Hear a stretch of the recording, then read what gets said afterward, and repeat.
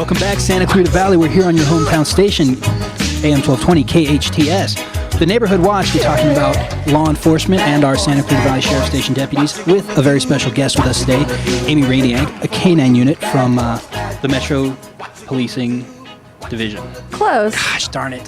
You had a Transit Policing Division. I'm sorry. That's affirmative. That's affirmative, yes. I was told stop being so nerdy. Well, just to break it down, I think everybody wants to know, like, what is the process for you? You had mentioned there's kind of a personality test as far as like matching up the dog with the right deputy. How is that? How do you guys sync up, and what is that process like? How do they train you to work with the dog, basically? Basically, they teach you, it's kind of funny, you start on buckets, like 5-gallon buckets, and you learn how to put a leash on, you learn where to put the dog, how to stand before you actually go to... Basics. Yeah, basics. They break it all the way down. So it's kind of funny watching everybody stand around with 5-gallon buckets with leashes attached to it. And then from there, they graduate you to a stuffed animal. And then you go to your dog about a week and a half later, just putting on a collar. You would think putting on a collar is pretty simple. Not so much. So it sounds like as though they're really trying to train you on the approach and how you handle yourself around the dog as well as, the actual dog itself. Is that what they're doing there? Yes. I mean, okay. So what's the proper way to put on the collar? You got to make sure you don't put it on too tight? Exactly. Put it on too tight. Actually, we work off of a... I don't know if everybody's going to be upset. We work off of a choke chain. We don't choke the dogs. But they teach you how to apply the corrections. We don't use e-collars or anything like that. So they teach you basically how the proper way to put on a choke chain. So for those who might not know, an e-collar. Oh, an electronic stimulation collar. Gotcha. So like prevents barking or something like that. Okay. That kind of stuff. As far as the choke chain, it's a term, but it's looking at the dog, and I'm looking at Stack here. Deputy Stack? Sergeant You Stack? could call him Deputy Stack. Okay. And we're not going to give him a sergeant. No promotion yet. No promotion yet. He's only been on the force a couple of years? Yes. Okay, so got to earn your stripes, buddy. But yeah, the dog is it looks like it's wearing a normal collar here with just linked up to a chain here. Yeah, anyways, I'm talking away from the mic again. Sorry, Kyle. So that training process, and then they put you out. They give you the dog. Right. They say it's in your care, and you live with the dog. Correct. And basically, we build that rapport with the dog. So we go out a lot of rapport walking, a lot of grooming, a lot of building that trust, letting the dog know that you're the one that's going to be taking care of them. That we're partners, and a lot of times. Dog personalities and the handler, it doesn't work, and they have to start fresh and get a new dog.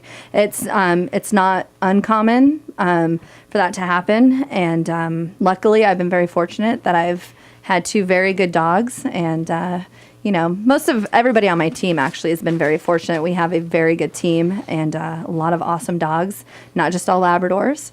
Now, do actually deputies do that? Has anybody... Deputy Dubin, has anybody said, partnership's not working out, need a new... Are you trying to say that I'd be a bad partner? I'm just asking. We're in the realm of hypothetical at this point. It's just hypothetically? Mere question as someone who's worked with you for a year on this show. Just what are you asking? Just again, merely and even Kyle thought that was funny. But no, well, that's really interesting. And then as far as the types of assignments, you don't know what's going to happen on your show because you're doing, like you said, deterrent patrols. Yeah, we do a lot of, we're a visibility deterrent. The public likes to see us out there. We stand out there at, various stations throughout the metro during high travel times. We have a lot of patrons that are frequent train riders, so they know the dog, they know us, they come up, they bring the dogs, gifts, and, they come over for their morning belly rub or their evening, paw shake before they go home. I was going to ask you about that because, in some scenarios, I would imagine like interacting with the dog wouldn't be necessarily like you wouldn't encourage that with the public, maybe. But it sounds like that's okay. And like if you see a deputy with a patrol dog doing their deterrent patrols, then you can come up and pet the dog. Is that what you're saying? I wouldn't recommend it's anybody. Okay, I just want to clear that up on the show so people don't start running up to you. Yeah, a lot of people actually think that's okay. Treats. Okay. But with every service dog, you'll always see "do not pet" on their harness or their vest that they're wearing. We have, we as handlers, we allow it occasionally. We work amongst a huge crowd of people. So Right. we want to keep them socialized, because if somebody were to run by and startle the dog, we don't want The dog to go on alert or exactly. We don't want an accidental bite or anything like that. So we keep them very well socialized. And so, worst case scenario, something happens, the dog picks up some unusual activity, then you work with the arson and explosive squad, and do you call them out? Is that how that works? If something comes up on patrol while you're... Yes, yes. We have a partnership with them. We have a working partnership with them, and we cross-train with them. We basically... are out there doing visible deterrent. If we come across an unattended bag, we come across a suspicious item, we will assist the patrol deputies in their surveying of that item. And it might be something that the dog will, clear for us, or it might be something that arson explosive clears for us. It all depends. So, and I would imagine that the dog can pretty much, they're trained to tell right away if something is... Yeah, like what he's sniffing underneath that desk. I don't know what you got going on over there. It's probably just the C4 that we keep with the headphone wires. I wouldn't worry about that too much, Amy. We're at break time, so we got to take a quick commercial break, but we'll be right back on your hometown station, AM 1220 KHTS, for the Neighborhood Watch, brought to you by All American Bail Bonds. Welcome back to your Neighborhood Watch, brought to you by AM 1220 KHTS and All American Bail Bonds, where we talk about twice a month things that are going on in the Sheriff's Department. We have two very special guests from the Sheriff's Department, Amy Raniag and Deputy Josh Dubin. Amy, you were just kind of telling us about everything, all things Stack related, who is your co-canine deputy. Yes. And but I also want to talk a little bit about safe driving and things people should know about the weather and what's going on right now. If this rain comes back, it's not raining right now, right? We're good? Okay, clear skies. Per Kyle, it is not raining right now. Kyle gave me a definite head shake. All right, so that's as But it good has as been raining the last couple of days. Yeah, it's been pouring out there, which is good because we need it. Yes. We're definitely Agreed. still in a drought, so I'm not going to go back to my usual showering schedule just yet. Yeah, and shaving schedule. Hence the beard.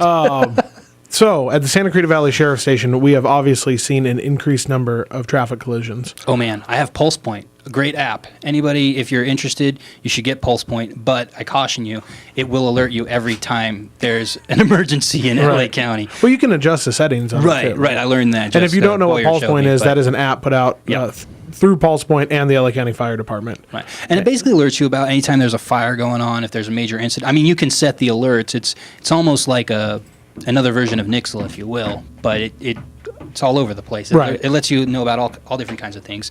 And so, it's like you said, it's been going off pretty much nonstop. So, obviously the California Highway Patrol has seen an increase in accidents on the freeways.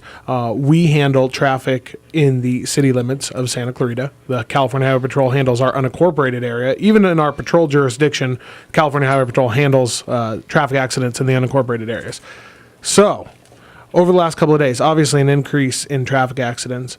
And, I worked our 911 desk, our front desk yesterday, and we got a lot of calls, obviously. Is that just nonstop calls? And people would ask the question, hey, is it legal for me to just exchange information? I don't really need a traffic report. If there's no injuries and it's property damage only, which oftentimes in the rain you'll slide, hit a curb, damage property. Right. And you don't want to get accused of hit and run. Right, of course. So how do you make sure, You exchange information with the person that you're involved, assuming that there's no injuries. You certainly can exchange information, obviously driver's license plate, phone numbers and all that, and then notify your insurance company.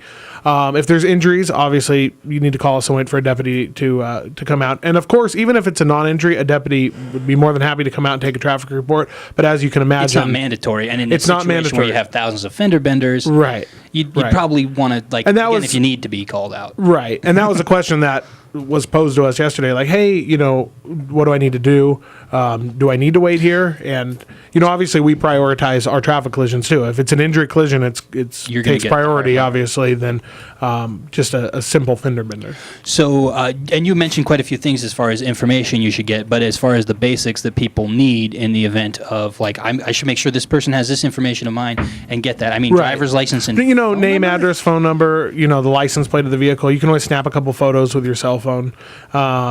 basic information that you're going to provide to your insurance company that they can then assist in the investigation, getting your car repaired and everything like that. And now that's all assuming that there's no injury. Right. If there's injury, a deputy will come out, do a full injury traffic collision report, and we'll take it from there. So. Now, and as far as like emergency situations, like where there's sandbags, luckily it didn't get that bad. We had flash flood warnings, but thankfully there weren't. I didn't see cars getting washed away. I saw a couple cars on their side.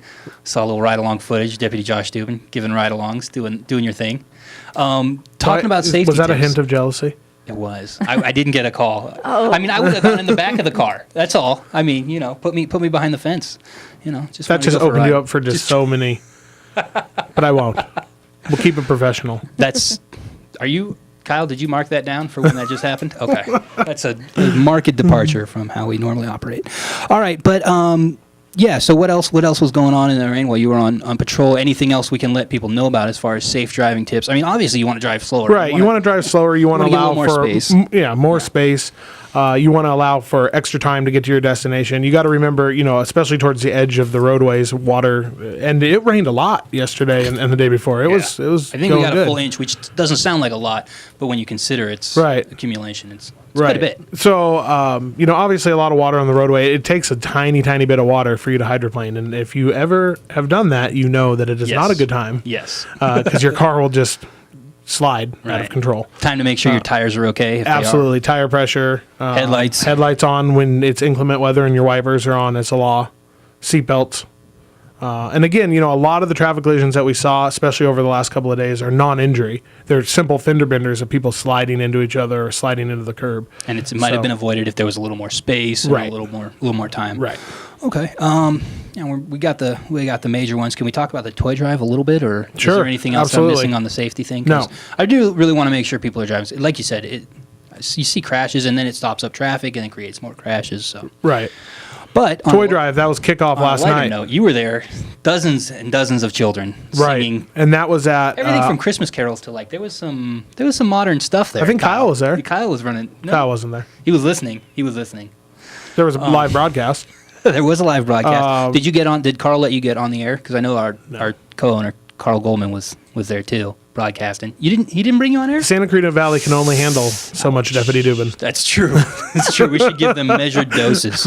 But yeah, so that the kickoff for the toy drive was last night at AutoNation Power Chevrolet. That was a great event. We have the big giant toy box set up in the station lobby. There's a ton of other locations throughout the Santa Clarita Valley accepting toys. Contact Deputy Lapkin at our station if you have any further questions, but you can go to hometownstation.com also and see all the different locations. We put a story up. I mean, obviously, AutoNation Chevrolet is one of the people because they hosted the event last night, like you said. But we have collection boxes throughout. You can stop by the mall. We have a booth there. You can stop by the sheriff's station right across the street from the mall and drop off some toys there, I'd imagine. Yeah, absolutely. And so, and it's great because, one of the best things about this program every year is that the toys stay here in the community because so many times you give and you donate and you're not exactly sure where. But talking to Deputy Lapkin, she was saying that, they find local charities like the Michael Hofland Foundation, Henry Mayo's, organization where they help children, Santa Clarita Valley Child and Family Center, all these great causes. Right. And within the they Santa get Clarita the toys Valley. exactly right here. We got to take a quick commercial break. Pretty soon, we're going to have to put Deputy Raniag on the hot seat. We're going to see what we can do about getting Deputy Stack on the hot seat. See how that works out. He's I bet you I mellow could right guess now. his favorite movie. Finally mellow. But we'll be right back on your hometown station on Neighborhood Watch, brought to you by All American Bail Bonds.